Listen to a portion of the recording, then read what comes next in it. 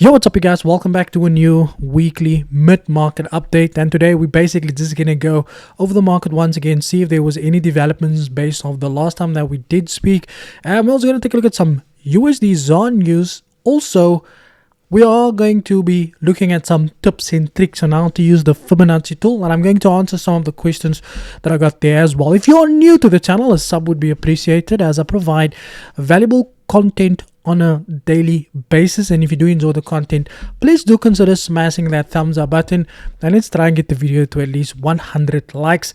Now, if you have watched the video that I did on Friday, the breakdown, as you can see, basically we have Monday, Tuesday, Wednesday. We've got 3 green candles being printed. Today is Wednesday, and you can see the market went exactly as anticipated right over here on DXY. Let's quickly take a look at gold. Okay, so gold had obviously went higher, came down, and I do this analysis, I do expect it to still stand, so I am just gonna update the chart. So if you are looking to get into this market, this is still what I'm anticipating. Sorry, for the market to take place is basically I do anticipate the market to print what is known as an inverted head and shoulders pattern, and this is considered a bullish pattern from a technical perspective there as well. So yep, we might see the market go slightly higher and then pull back, and then from there we can obviously once again monitor that price action for the market to print this move. Alternatively, the market could potentially just start this move to the downside from where it is now. And as always, please make sure that you do apply the rules of the strategy that you use. Yeah, you can see the market basically just started this move to the downside. So nothing basically changed there. It was a very slow week. We know we had a public holiday for the US, and then German 30 was one of those pairs that was like, not today, my friend. And the market basically, instead of going higher, I just made a pullback. We have this impulse correction, again manipulation, went right through it. And obviously we now expect this market basically to continue lower. What we have now is we do have this structural level over here that printed a resistance, support, resistance, again got broken, and what we do have now is we got a confluence of an impulse. After an impulse, you expect a correction. By taking a Fibonacci from the high to the low, we could potentially see the market starting this pullback, because if you do look left, you can see that we also have structure allocated at that area. So do I expect the market to move up from here? Yeah, but that does not mean that you must just get into the market and buy. It is important that you do obviously apply the rules of a strategy that you are using, as this is only a guide from my side, right?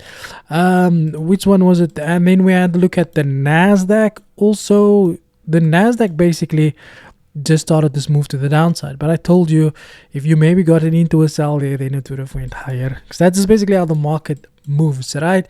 So Dow Jones, I do anticipate the market to go slightly lower till there. So again, it's important after such a massive dip, you obviously expect a slight pullback, because the market does move in waves. Now, first up, we all know that we've got FOMC coming through today at 8 o'clock, and then we got the rest of the news that I did cover before. But heading over to some USD ZAR news, speaking about our own country, Abichi. So we know that the USD ZAR hasn't been so favorable, right? What we first saw is we had and you might go, yes, but we had come down so many times. I don't like what this thing is doing, but in any case, there we go. But if you do go back, okay, you'll see that things are not looking as good as you think they are. What we have now is we've got a market that's currently testing monthly support. Now, this article over here from Investors Observer is reading USD ZAR is South African Rand making a comeback. No, they are not making a comeback. Not now. Okay. Says here, is the South African Rand comeback over? Yes, now you're talking my language. It says here, South African Rand had a strong performance in June as the country's central bank and the Fed diverged in a 18th season. The South African Reserve Bank decided to hike rates to 8.25. The SARB has been doing that. It's like hike. And then obviously it says here on Tuesday, the head of the country's central bank said that the consumer producer prices were starting to fall. What that means is that inflation started to fall. Now, you see, we have the same scenario. That is why I tell people always, you have the same situation here that you have with the dollar index. So if you understand fundamentals from a dollar perspective, the same thing that you have here is what you have here, right?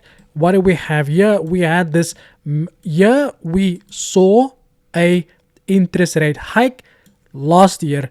Here we saw a no interest rate hike or a pause.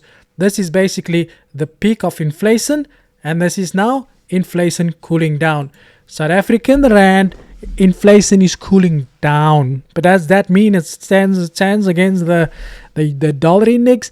I don't know, but based off my own speculation, mine alone, I do not foresee it recovering anytime soon. But in other news, petrol prices is set to drop today, so some good news there for us as well. It says your motorists will get some relief at the fuel pumps when the price of petrol drops slightly on Wednesday. A statement from the Department of Mineral Sources Energy said, but the price of diesel is set to rise between 12 to 18 cents per liter. Now, this is basically life, my good friends.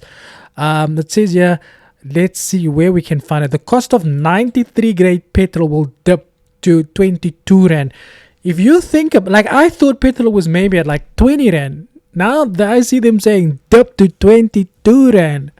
So it's like, even that is too much. It is expensive, especially for us, that is a lot of money, but there's nothing you can do. So there's some relief for consumers, especially people who does have expensive cars.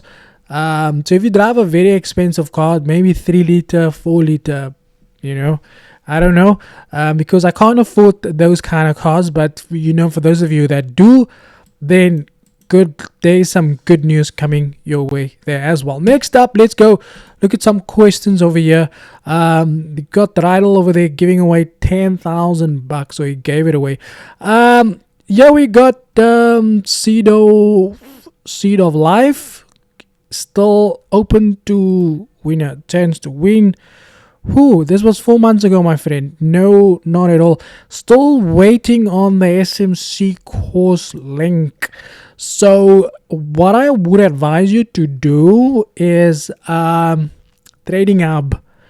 He has got a SMC course, which is basically the one that you can go through also. Like, that is a course that you can go through, because Trading Hub is handing out mentorships and courses out there for free. So I would suggest go there. You didn't have to wait on me, but you can go there. I know I said I was going to do it, but I'm not sure if you were familiar that I had some dental surgical done for the past 2 or 3 weeks.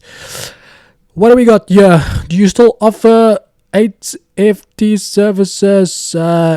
No, I don't, but you can go. There's a group.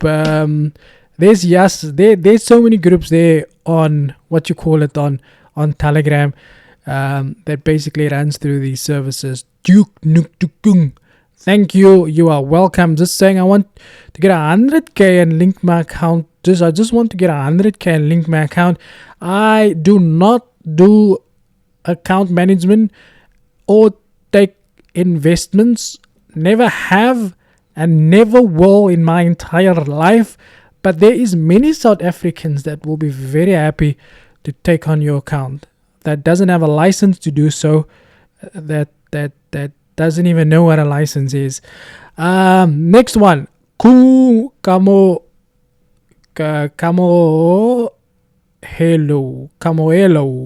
Lijani. Subbed because Rydal said so. Oh, because you don't want you don't sub because you want to learn. Come on, my friend, man. You're gonna become very good. I think gold has already tested the level which you are saying will come back. Remember, guys, so gold had, let's go back to this analysis here. Remember, my good friends, so I did say that gold was gonna drop from there, right? It did come down that level and then shot back up again. Now, the comment section is always open for people to give their opinions, right? You can always come in the comment section and say, I've got a different bias. I don't think it's going to go that way. I don't think it's going to go this way. Because why? I'm always open to learn from other people as well. So if you do foresee maybe Nasdaq is not I don't think it's going to go up, it's going to go down, drop it in the comment section. Let's have a nice conversation about what you think your outlook might be there as well.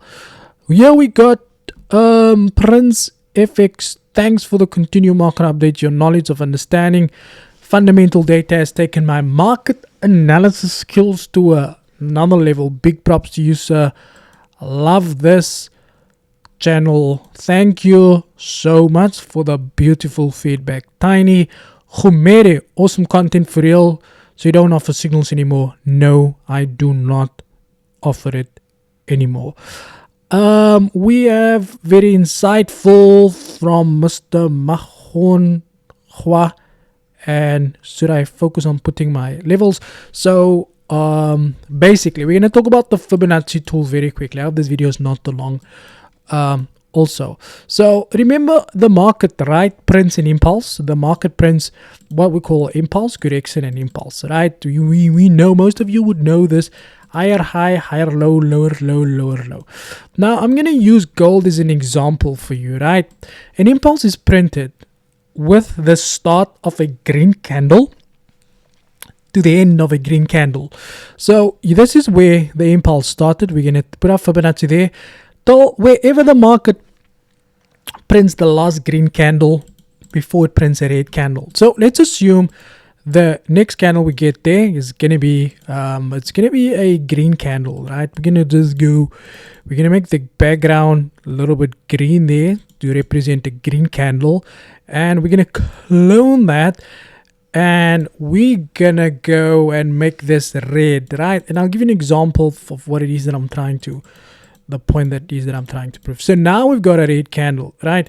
So because this row of candles that we have over here, these are all green candles, right? Let me just move this opacity back to 0. Cool. So all of these candles that you see over here are all green candles, right? So this is considered an impulse in the market. So you take your Fibonacci from the low to the high of the impulse. Then this is where the correction starts, and these levels are used to measure the pullback. Now, how do you know which level the market's going to hit? The Fibonacci level that lines up the best with structure is where the market is more likely to go and hit. For example, if you take your Fibonacci from the low to the high, you get a 0.382 there. This is where the market's more likely to hit because this is previous structure in the market. Now, another example to the downside would be, this is an impulse, a clear impulse, because the market broke below support, right? Clear impulse to the downside, correction. Now, we are going to take the Fibonacci from the high of this red candle to the low of this red candle, because that's where the green candle started. Though we can see the 0.382 is lining up perfectly with this structure that acted as support. The market broke below that, it's resistance. Which level is the market more likely to hit? The 0.382, because it's lining up with previous support or resistance, support that is now turned resistance. So that is how you use the Fibonacci tool. Also, my good friends, please be careful when you are when you are following my Instagram, because I do not know who is on a mission to take my Instagram down for the second time, because my first Instagram was taken down with my Facebook, and now every day I wake up and I get an email to say someone is trying to log into your Instagram account. I don't know who it is. I don't know what they want. There's no money in there, but I'm obviously suspecting one person, and I am going to deal with that accordingly. But from my side, if you ever get any emails from inboxes, I will never inbox anybody. Never will I inbox you. So if I inbox you out of nowhere, it is not me. You can entertain the conversation to find out who it is, but I can tell you now it's not me. I do not inbox people, firstly. Yes, guys, that is it from my side. I will keep you guys up to date once there has more news events has released. That is it from my side. Thank you for your time. And as always, cheers for ears.